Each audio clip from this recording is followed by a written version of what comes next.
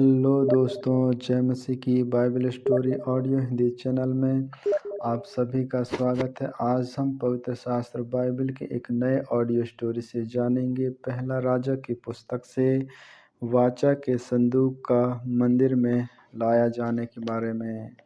Hallelujah.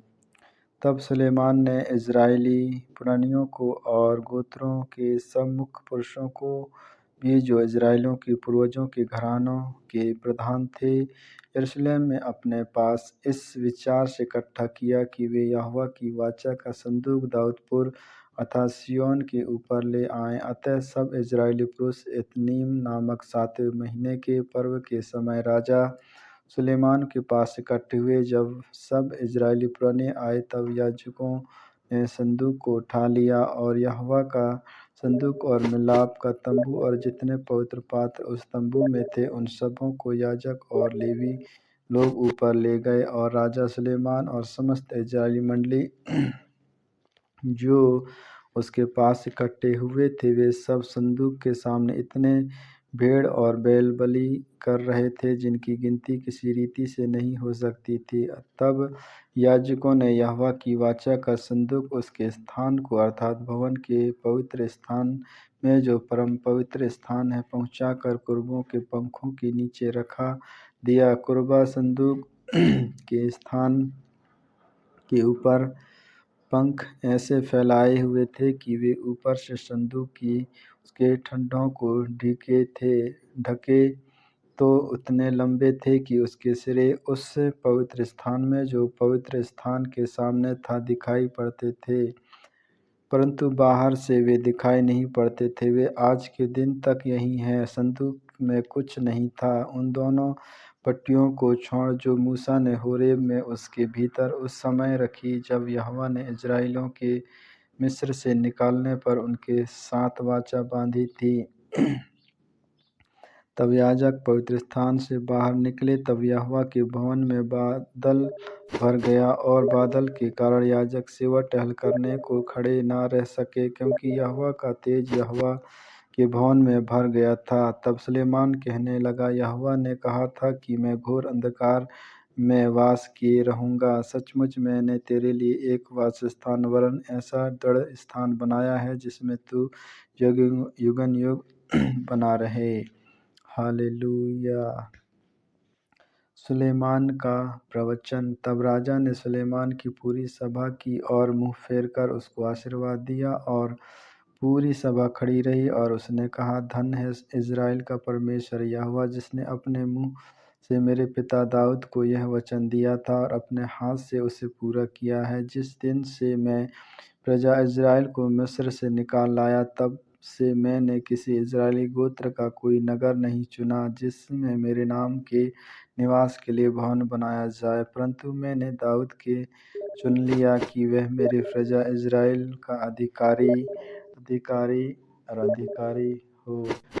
मेरे पिता दाऊद की यह इच्छा तो थी कि इज़राइल के परमेश्वर यहोवा के नाम का एक भवन बनवाए, परंतु यहोवा ने मेरे पिता दाऊद से कहा, यह जो तेरी इच्छा है कि यहोवा के नाम का एक भवन बनवाए, ऐसी इच्छा करके तूने भला तो किया, तो भी तू इस भवन को न बनवाएगा। तेरा जो निज पुत्र होगा वही मेरे नाम का भवन बनाएगा।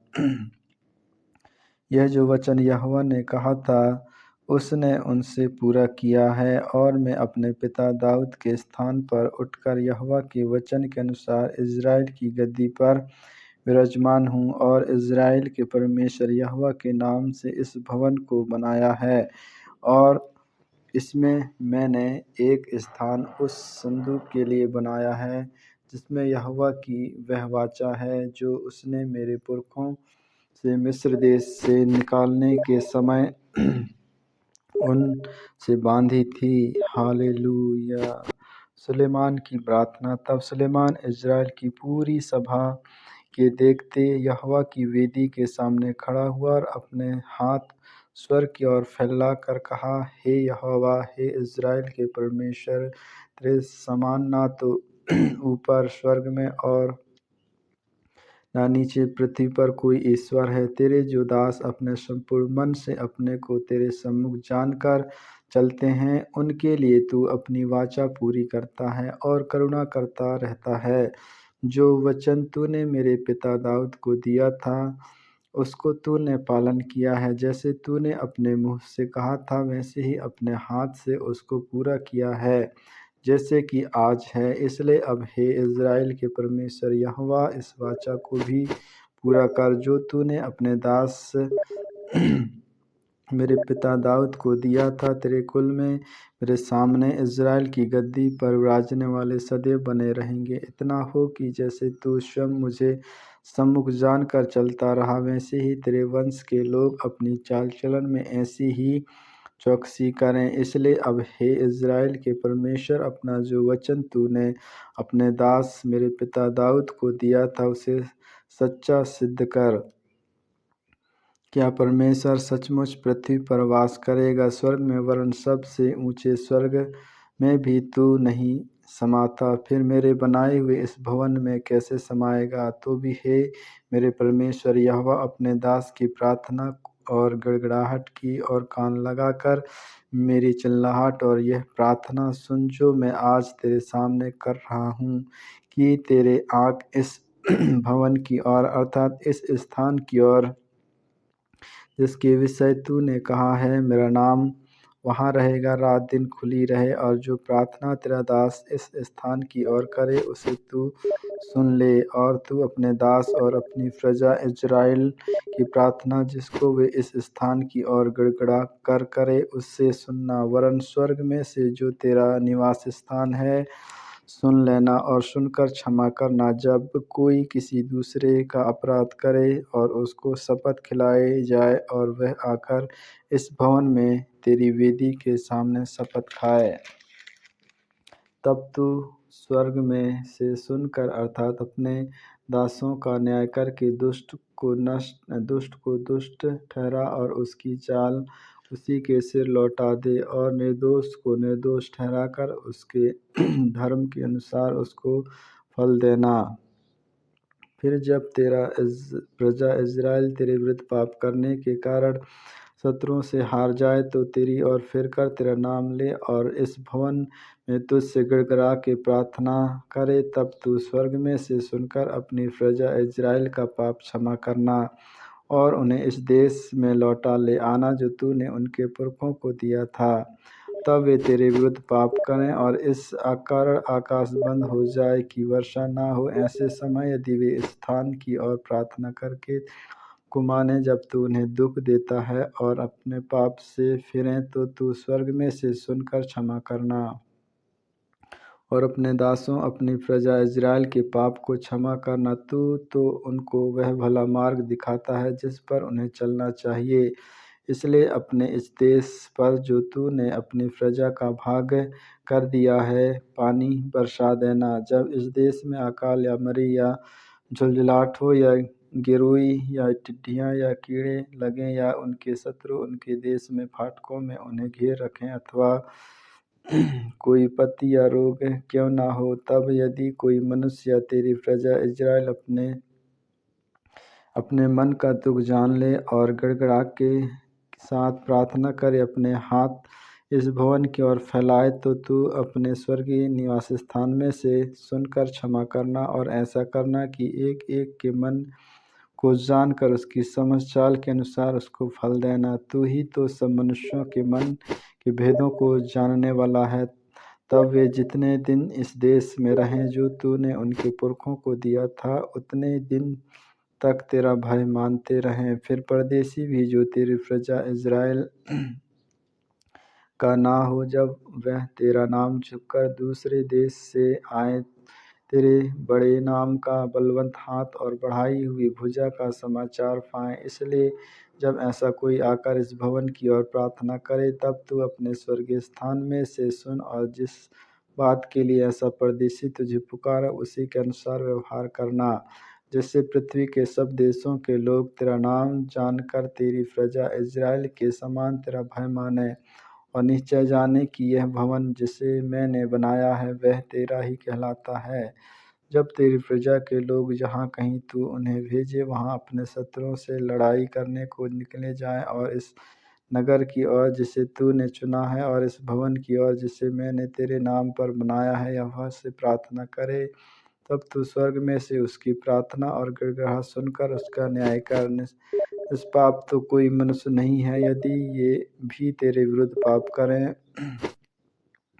और तू उन पर कोप करके उन्हें शत्रुओं के हाथ कर दे और वे उनको बंदी बनाकर अपने देश को, चाहे वह दूर हो चाहे निकट, जाएं और वह बंधुआई के देश से सोच विचार करे और फिर कर अपने बंदी बनाने वालों के देश में तुझे गिड़गिड़ाकर कहें, हमने पाप किया है और कुटिलता और दुष्टता की है। यदि वे अपने उन शत्रुओं के देश में जो उन्हें बंदी करके ले गए हों अपने संपूर्ण मन से संपूर्ण प्राण से तेरी ओर फिरें और अपने इस देश की ओर जो तूने उनके पुरखों को दिया था और इस नगर की ओर जिसे तूने चुना है और इस भवन की ओर जिसे मैंने तेरे नाम का बनाया है तुझसे प्रार्थना करे, तो तू अपने स्वर्गीय स्थानों में से उनकी प्रार्थना की और गड़गड़ा कर सुनना और उनका न्याय करना। और जो पाप तेरी प्रजा के लोग तेरे विरुद्ध करेंगे और जितने अपराध वे तेरे विरुद्ध करेंगे सब को क्षमा करके उनके बंदी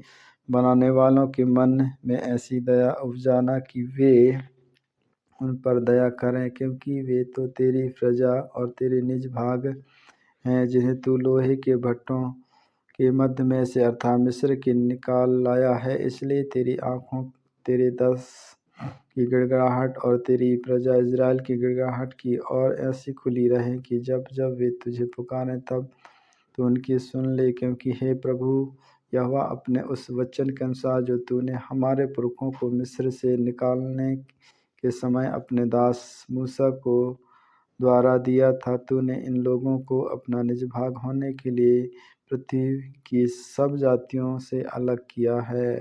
हालेलुया। सुलेमान का आशीर्वाद। जब सुलेमान यहोवा से यह सब प्रार्थना गिड़गिड़ा के साथ कर चुका, तब वह जो घुटने टेके और आकाश की ओर हाथ फैलाए हुए था, यहोवा की वेदी के सामने से उठा और खड़ा हो समस्त इस्राएल सभा के ऊंचे स्वर से यह कहकर आशीर्वाद दिया, धन्य है यहोवा जिसने ठीक अपने कथन के अनुसार अपनी प्रजा इज़राइल को विश्राम दिया है। जितनी भलाई की बातें उसने अपने दास मूसा के द्वारा थी उसमें से एक भी बिना पूरी हुए नहीं रही। हमारा परमेश्वर यहोवा जैसे हमारे पुरखों के संग रहता था वैसे ही हमारे संग भी रहे। वह हमको त्याग ना दे और हमको छोड़ ना दे। वह हमारे मन की ओर ऐसी फिराए रखे कि हम उसके सब मार्गों पर चला करें और उसकी आज्ञा और विधि और नियम उसके उनके हमारे पुरखों को दिया था नित्य माना करें। और मेरी और बातें जिनकी मैंने यहोवा के सामने विनती की है वह दिन और रात हमारे परमेश्वर यहोवा के मन में बनी रहे, और ऐसी दिन प्रतिदिन की आवश्यकता हो वैसा ही वह अपने दास का और अपनी प्रजा इज़राइल का भी न्याय किया करे, और इससे पृथ्वी की सब जातियां यह जान ले कि यहोवा ही परमेश्वर है और कोई दूसरा नहीं है। तो तुम्हारा मन हमारे परमेश्वर यहोवा की ओर ऐसी पूरी रीति से लगा रहे कि आज के समान उसकी विधियों पर चलते और उसकी आज्ञा मानते हों। हालेलुया। मंदिर का समर्पण। तब राजा समस्त इज़राइल समेत यहोवा के सम्मुख मेल बलि चढ़ाने लगा, और जो पशु सुलेमान के मेल बलि में यहोवा को चढ़ाए वे 22,000 बैल और 1,20,000 भेड़ें थी। इस रीति राजा ने सब इज़राइलियों समेत यहोवा के भवन की प्रतिष्ठा की। उन दिन राजा ने यहोवा के भवन के सामने वाले आंगन के मध्य भी एक स्थान पवित्र किया और होम बलि, अन्न बलि और मेल बलि की चर्बी वहीं चढ़ाई, क्योंकि जो पीतल की वेदी यहोवा के सामने थी वह उनके लिए छोटी थी। अतः सुलेमान ने और उसके संग समस्त इज़राइल की एक बड़ी सभा ने, जो हमात की घाटी से लेकर मिस्र के नाले तक के सब देशों से इकट्ठी हुई थी, 2 सप्ताह तक अर्थात 14 दिन तक हमारे परमेश्वर यहोवा के सामने पर्व को मनाया। फिर 8वें दिन उसने प्रजा के लोगों को विदा किया और